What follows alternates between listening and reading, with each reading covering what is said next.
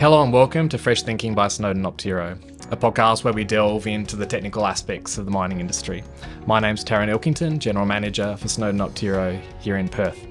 I'm joined today by Scott Carpenter, who's the Director of Technology for Datamine Software globally, and delighted to have him over here from Brisbane, Queensland. And Scott has more than 30 years experience in IT and innovation throughout a range of different industries, in mining, energy, finance. Have I missed some? Also animal welfare. Okay. I worked as a software developer for RSPCA Queensland, building an animal shelter management system, which I quite enjoyed, except one of the working realities is having the office cat walking over your keyboard trying to write code.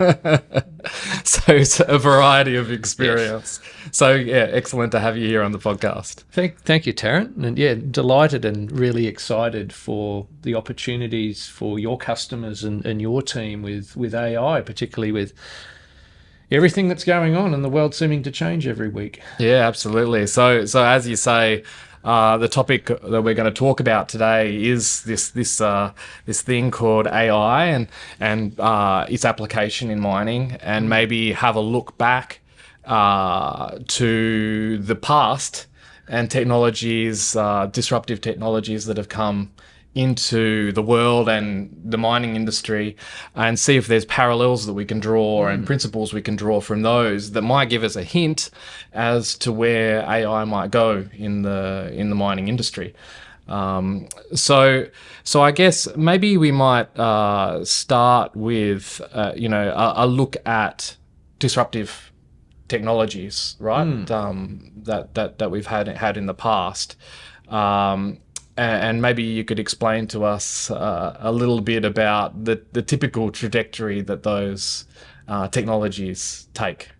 Yeah, so it's for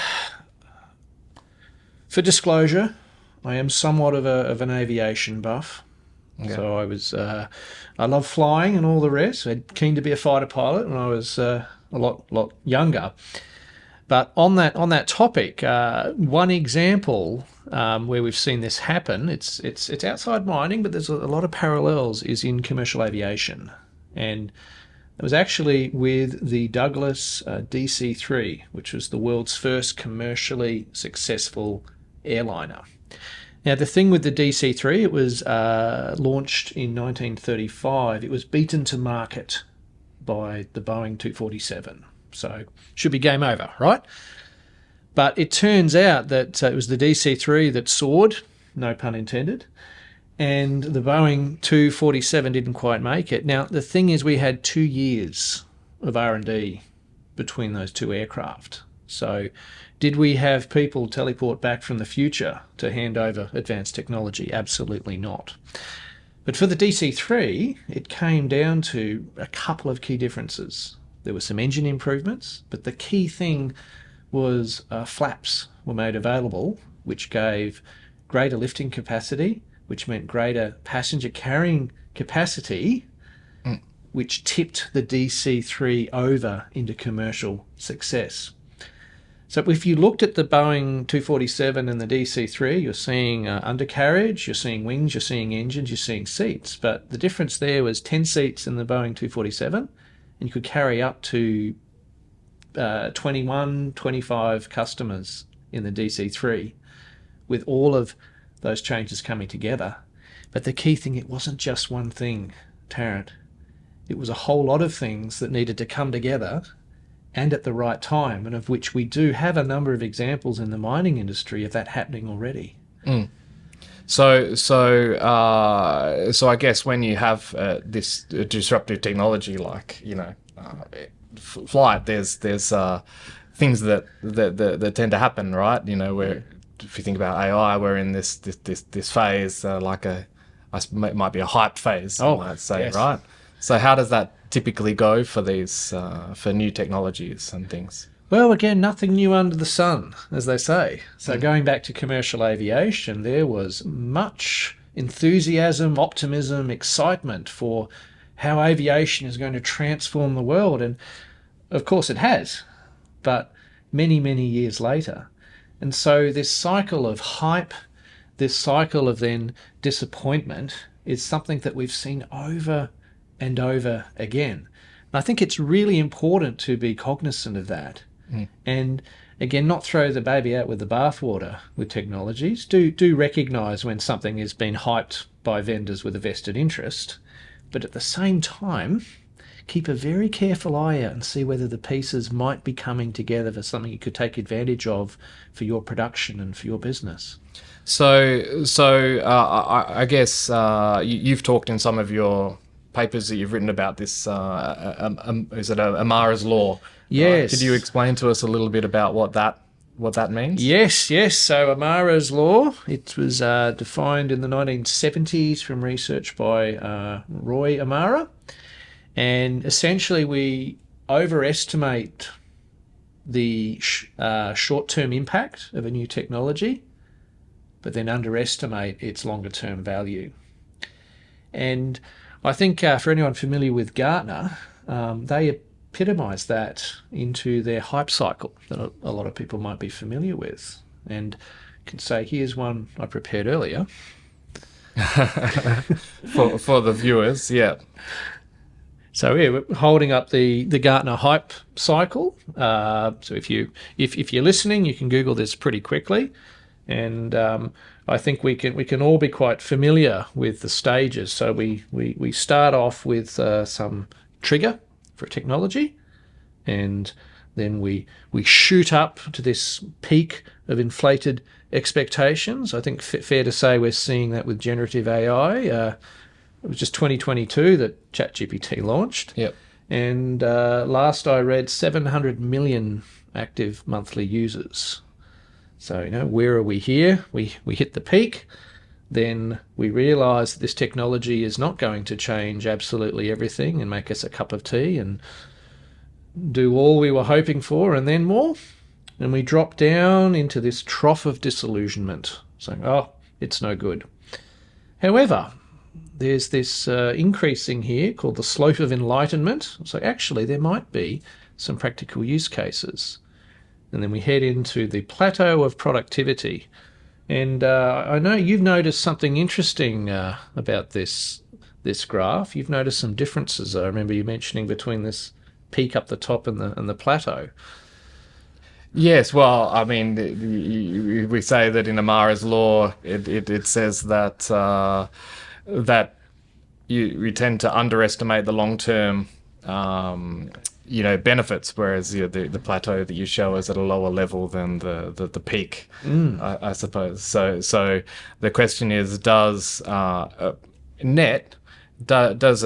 technology that we get really excited about in the first instance ever really deliver on that initial hype, or does it deliver value but at a lesser level than what people expect it to be? Right? Great question. And we start to cross domains here, way beyond the technology sphere. We start to go into social sciences as well with these technology waves, particularly with good old FOMO, the fear of missing out. And so when there is a new technology, there is considerable concern from executives. So is this going to disrupt my industry? Ultimately, am I going to be left behind? Do I have an Oppenheimer moment, so to speak, which has been mentioned with AI, or is this hype that's just going to blow over? Again, we don't have the crystal ball, but we can look to principles like Amara's law, theories really, that we can match to multiple cycles, and we start to see patterns out there. And I think it's not taking a binary, AI is the bee's knees, or AI, it's overhyped, it's a waste of time, it's going to do nothing. But we need to take a mindset of scientific thinking. We need to be experimenting, we need to be keeping our eyes open, and we need to be sort of adjusting our plans based on the headwinds. And when you were talking about this principle, which I didn't know about sort of before, I sort of got thinking, what's the applications in mining, and I think a couple of them that come to mind. One is in autonomous haulage, so something that was sort of greatly hyped initially. And then took its time to come around and mature. Yes. But now widely adopted and realizing, significant benefits for, if you go to the Pilbara or whatever, you see this everywhere, right? So It's the normal. yeah. Yes. I mean, it was, 2008. It was Komatsu Rio Tinto first started trialling the AHS systems, and you jump forward to today, more than 300 trucks operating. You've seen them with your own eyes. Some estimated, more than 1,000 globally, and of course there's factors in different countries for where AHS makes sense. But look, just like the DC3, it wasn't one technology that you strapped onto a truck and off you go. You had to have multiple technologies coming together, both hardware, software, process, our fleet management. You need to have a control center as well. To have a control center that works, it needs comms out to the field. Yeah. And I think fundamentally what you're saying there that resonates is that anything that is going to have a major disruption to an industry like mining is going to have its tentacles in many parts. There's going to be, by its very definition, change. There's integration, all of these parts of the puzzle too, right? 100%. And I think that's a perfect time for us to introduce another principle here called the adjacent possible principle. Okay, you tell us about that. Yeah, so it came out of sort of research from Sir Stuart Kauffman in the 90s. It was also popularised in a book by Stephen Johnson called Where Good Ideas Come From. And it's saying that novelty, can come from combining technologies already available. I think if you were to summarise the adjacent principle in a mathematical formula, particularly in the geostats and the world that you live in, it is 1 + 1 = 3. Okay. There we go. I believe you, Scott. Yeah. And so, I mean, practically it's saying that with the adjacent possible, it's not the one technology that is the multiplier to the power of n. It's when a number of technologies or systems really come together that you see new markets created, that you really see that lift in capability, but not from one silver bullet. Yeah. Okay. So with these technologies, you start off with an idea, and there's hype around the idea, but the reality is more not mundane, but more challenging at a fundamental level, right? You need to all of these the connected pieces of the puzzle need to come together and evolve over time to make it work in reality and make it become a new normal, right? Exactly, and let's make it concrete with AHS. So on the trucks, onboard systems. So you need a GPS, of course. We have sensors as well, LiDAR for detection of objects in front. You have computer vision as well. You need inertial sensors for positioning. The communications as well. You need comms on site. You need comms back to the control center. The fleet management, again, more than software. Your dispatch management. You have got algorithms around pathing and optimizing of movement of vehicles on site. You're starting now to go into other production aspects as well for the optimization.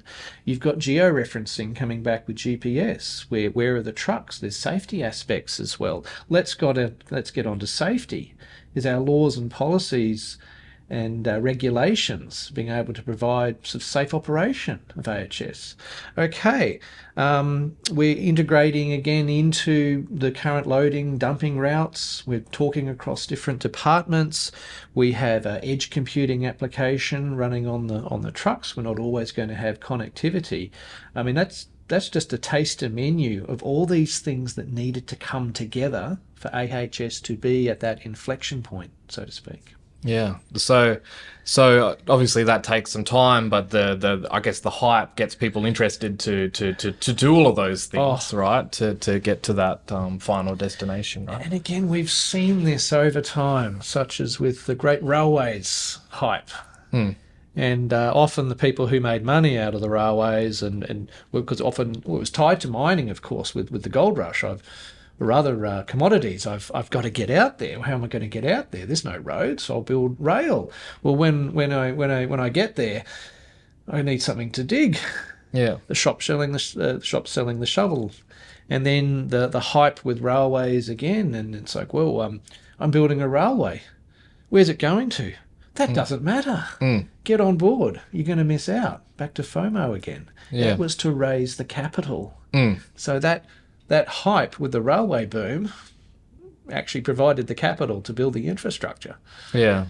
So I guess if we then now bring it back to AI and where, so I guess where do you see on that cycle, where do you see AI at the moment? Well, if we go back to our hype cycle, or that's a reference to Amara's law, I think, again, with 700 million users for ChatGPT, and of course many for other tools such as Claude, for Copilot, Google Gemini, and all the rest. The consumer adoption is we're certain of that, and it's only growing.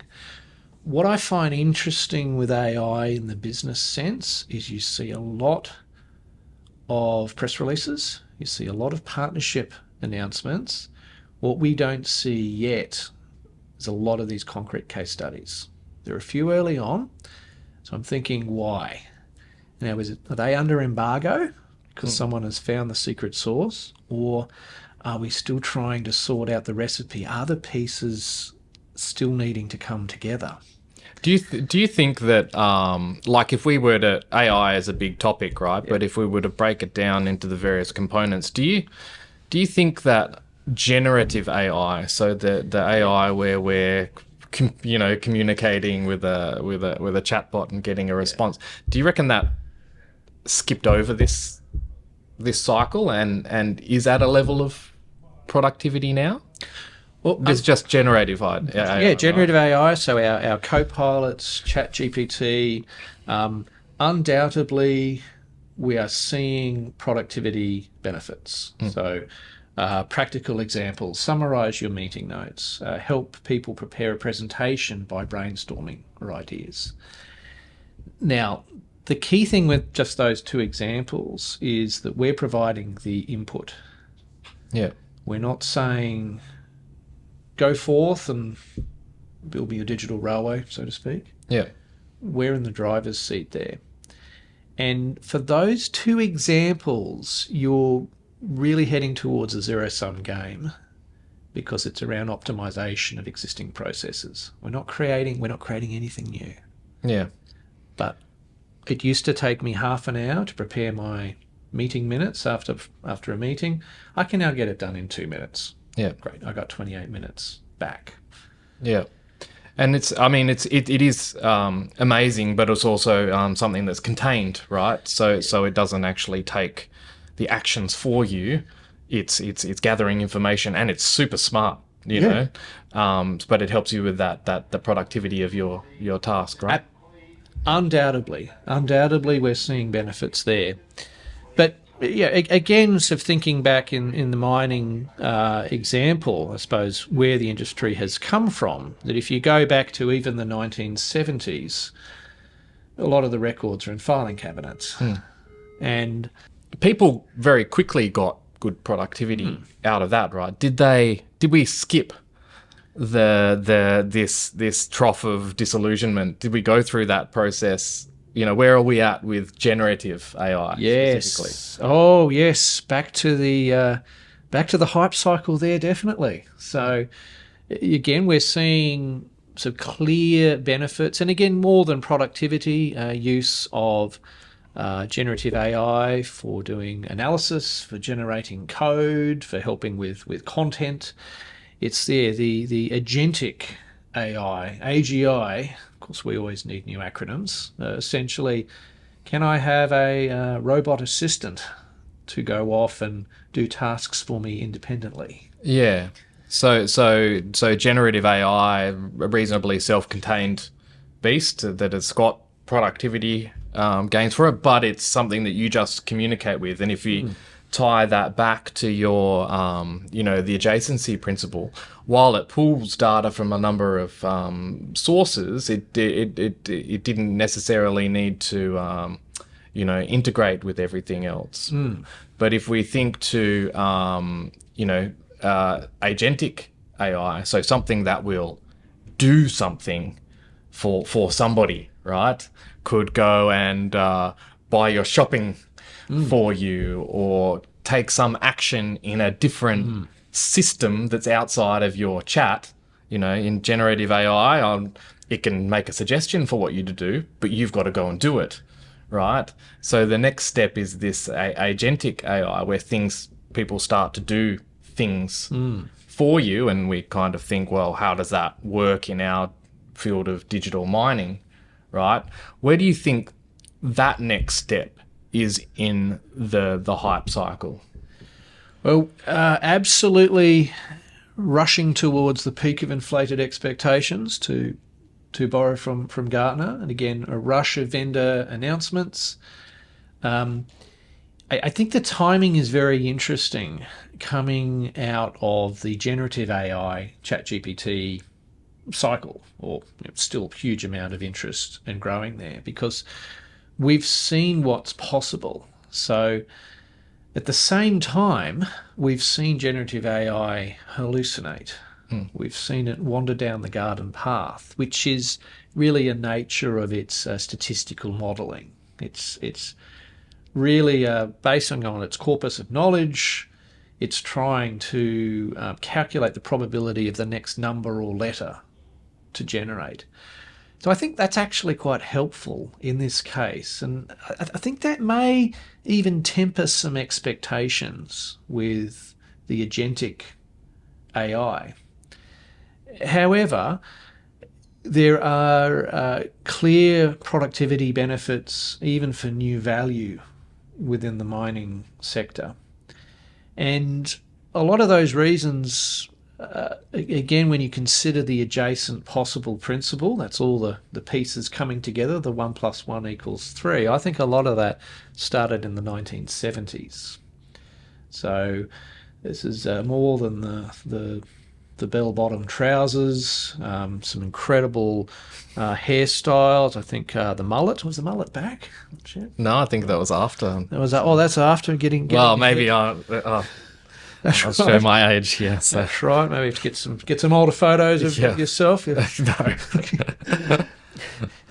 But really, when you looked in mining, that really was, I suppose, the hype with mining software. The mining software industry was built. But at the same time, we had a lot of our records sitting in filing cabinets, index cards, and all the rest. And so in order for the software to be effective, it needed inputs, as does generative AI. We need to feed it our raw meeting minutes. And so the digitization, I believe, is one of those key prerequisite steps, that we take our records and we put them into digital format. We then had the growth of mining, the launch of mining software really commercially from the 1970s.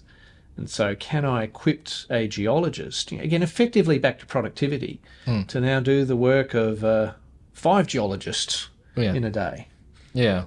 And so I think with the agentic AI, maybe the peak of hype is that it will replace, everybody in the industry, or all of the intelligent people that we have.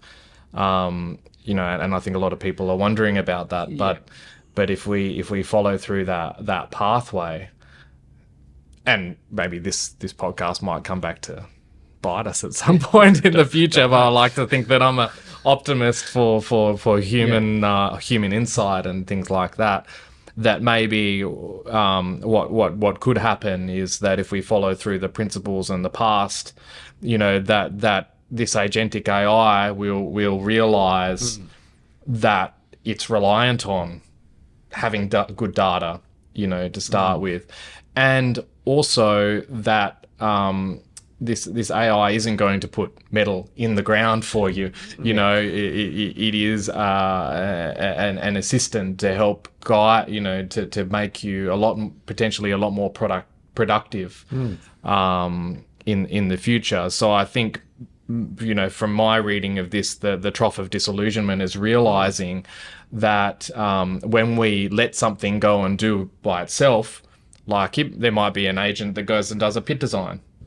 Is it good? In the first instance, probably not really, right? It might be a proof of concept, but it will challenge us to be able to tell it what is good or bad. Additionally, it is dependent on the data that you give it, 100%. Right? And it's dependent on integration from multiple sources of data. So these are problems that humans have been dealing with, for a long time and trying to find solutions to.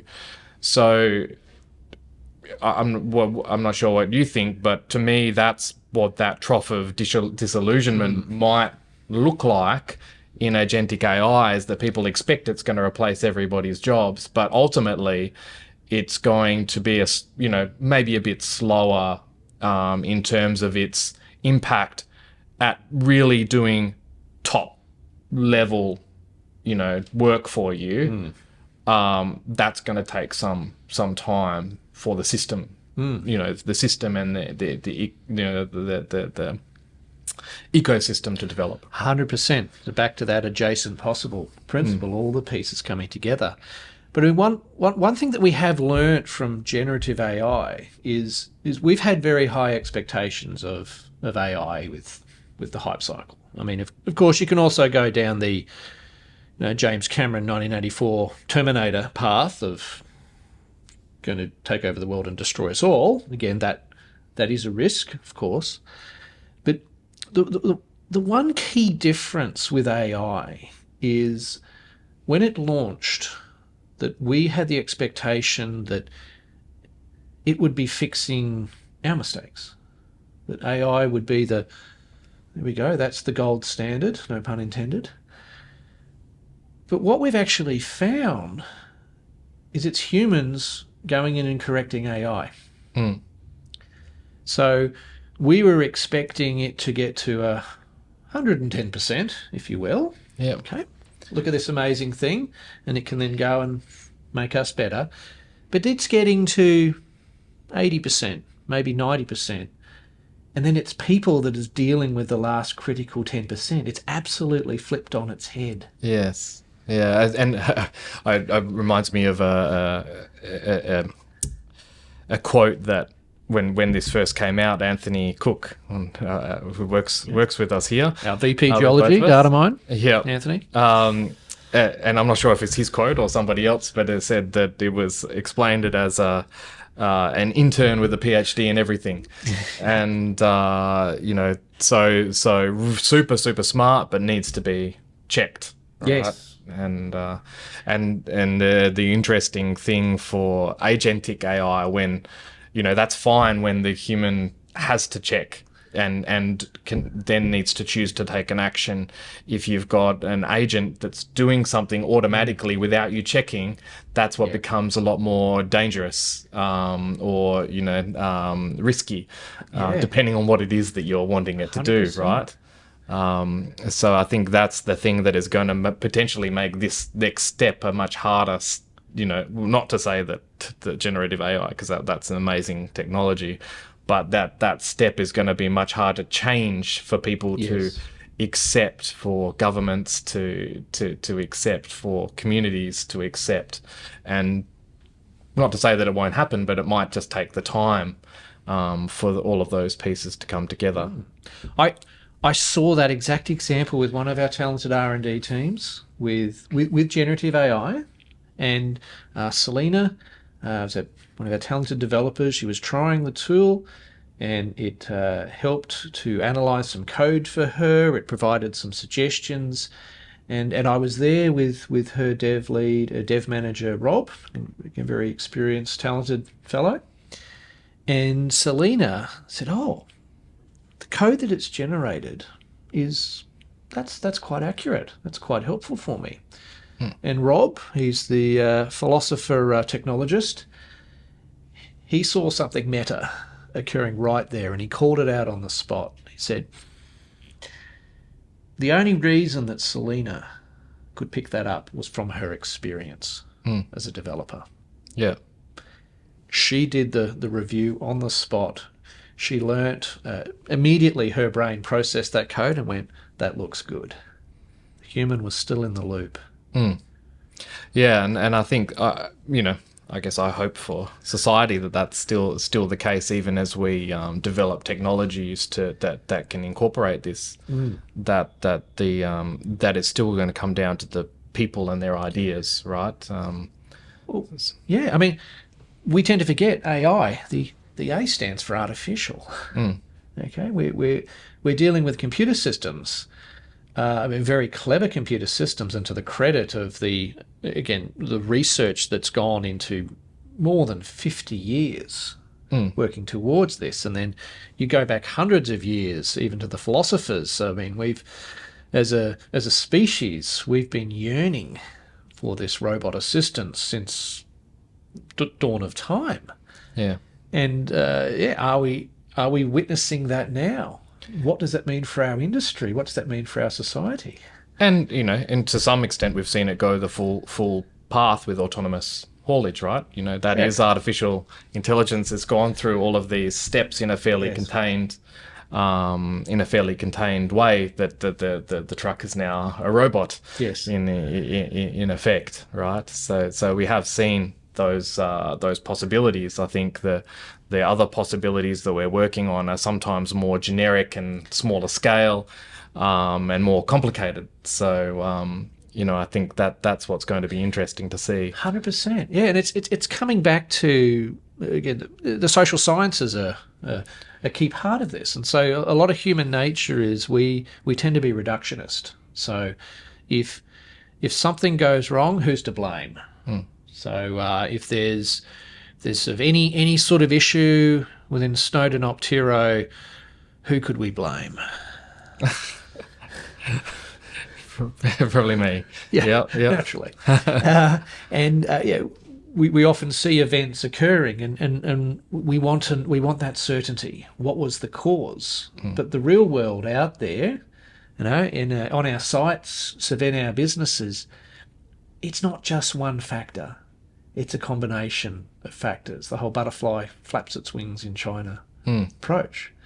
And so we need to be aware of the hype. We shouldn't be blinded by the technologies, but at the same time, keep our eyes open, look for remembering the adjacent possible principle, asking what are the other pieces that may have been coming together for decades. Even what is that missing piece of the puzzle? What could adding AI to sort of revolutionise how we run our sites, how we serve our customers, how we serve our team members in a safer, a stronger environment for all? What is just around the corner, but not that's going to leap onto the scene, but that's been brewing potentially for decades? Yeah, and I think if we just look forward, and the question I have in my mind, twofold. In our area, say generating resource models and doing mine plans, do we see that AI will just do that, going forward? Like, do we see a world where it just does it and we don't need to do that anymore? And then, even if it did do that, where's the place of the human in that that process? Yes. Right. Yeah, I think, again, going back to the example of Selena, We had that experienced developer. She did an assessment with the incredible power of the supercomputer of her brain in milliseconds. And so I think that human in the loop is something that is a critical factor when we look at our operations. Obviously, even with AHS, we have a control room. We have people keeping an eye on the operations, but difference being is one operator can be watching a number of trucks, and she can do that safely, of course. Looking at her fatigue, looking at the safety on the site as well. So I think remembering that human in the loop is a key factor, not as an insurance policy, but when the human in the loop, you have the greatest supercomputer ever between our ears in operation. And I think that's potentially the case that we might see, is that there's, the technology evolves, that things scenarios can be generated more quickly, that manual tasks can be done by others. But ultimately, it's going to come down to the smartest people. That's right. With the best ideas that can drive these tools to do better things for what is best. Like everything to me comes back to what is best. What is best. Yeah, because these generative AI or the agentic AI models building off of that, you're really doing statistical analysis. Apologies to the data scientists out there, but there is very, very clever tech under the hood. But it is looking for patterns to match. It's looking for past data. It's looking to traverse pathways with the confidence. It is looking for insights as well. So again, it's not just summarizing meeting notes, of course. You can take data sets, you can look for patterns. And again, nothing new under the sun. We've had analytics, we've had business intelligence systems quite mainstream. We're looking for thresholds, we're looking for trends. We've got those pieces in place already. But what the AI doesn't have is intuition. It can simulate it, but that's when you're looking at a model in the millisecond that you're able to get hunches, you're able to get answers based off your experience. You can process that immediately. We don't have the technology to replicate the human brain. We don't even understand the brain still, from what we've learned. And it's, I suppose, remembering that the A stands for artificial in intelligence is a key thing. Yeah, and I think that's the key point. There is that. I guess we'll see how it all plays out into the future. And like I said, this might be in the time capsule and make us all look silly. So we'll see how it goes. But I'm really grateful for your time and coming over here to have this discussion. I found it very interesting, and hopefully those at home did too. Absolutely, pleasure is all mine. Thank you. So thank you everyone for joining us on Fresh Thinking by Snowden Optiro. I hope you liked the podcast. Welcome your comments and feedback and your ideas about where you think AI is going in mining. And if you like the podcast, please subscribe to us, YouTube, Spotify, other podcast platforms. And we look forward to speaking to you on our next podcast.